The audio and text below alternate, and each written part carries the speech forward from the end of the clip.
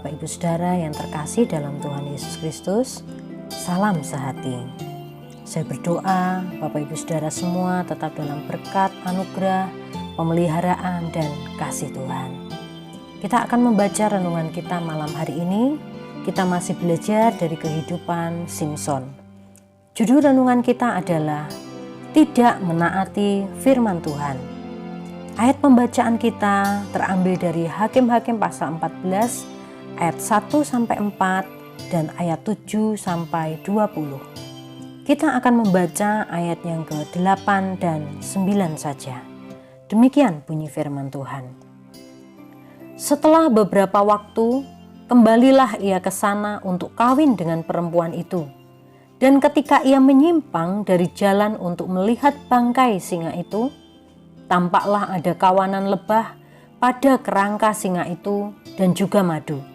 Dikeruknya madu itu ke dalam tangannya dan sambil memakannya, ia berjalan terus.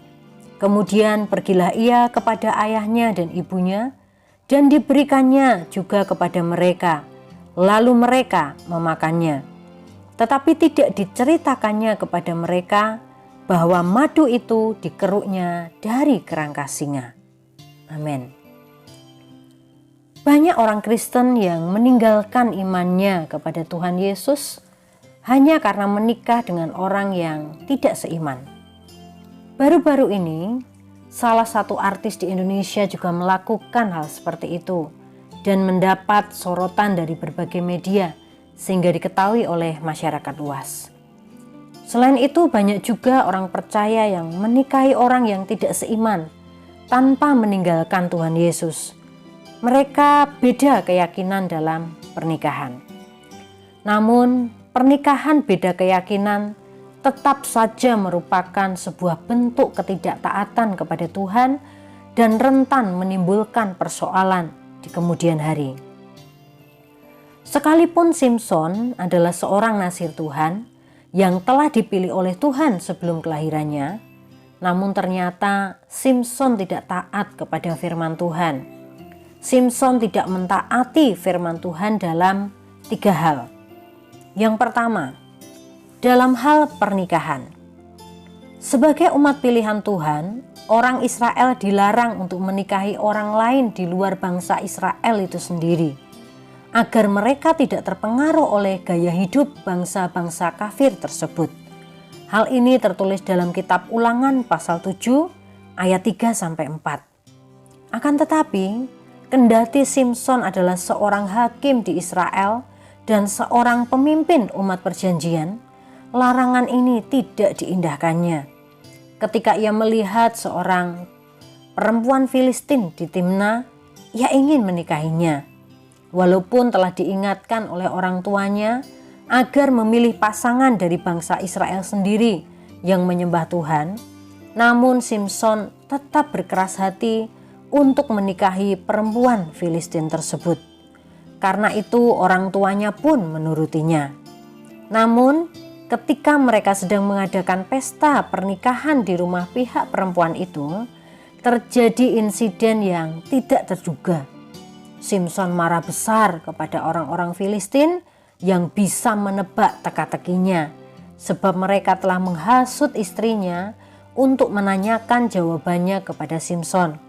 Akibatnya, Simson pun pergi meninggalkan istrinya di pesta tersebut. Yang kedua, dalam hal makanan haram. Ketidaktaatan Simson lainnya terhadap firman Tuhan adalah ketika ia mengeruk madu dari bangkai singa yang mati dibunuhnya. Ia makan madu itu dan memberikannya kepada orang tuanya, tetapi tidak memberitahukan mereka dari mana asal madu tersebut. Padahal Tuhan melarang orang Israel menyentuh bangkai binatang atau memakan makanan yang tersentuh oleh bangkai tersebut. Ini tertulis dalam kitab Imamat pasal 11 ayat 27-40. Hal yang ketiga, dalam hal meminum anggur. Simson tidak mentaati hukum kenazirannya ketika ia meminum anggur di pesta pernikahannya dengan perempuan Filistin. Dalam bahasa Ibrani, istilah perjamuan yang dipakai dalam Hakim-Hakim pasal 14 ayat 10 adalah mistah, yang artinya pesta dengan minuman anggur.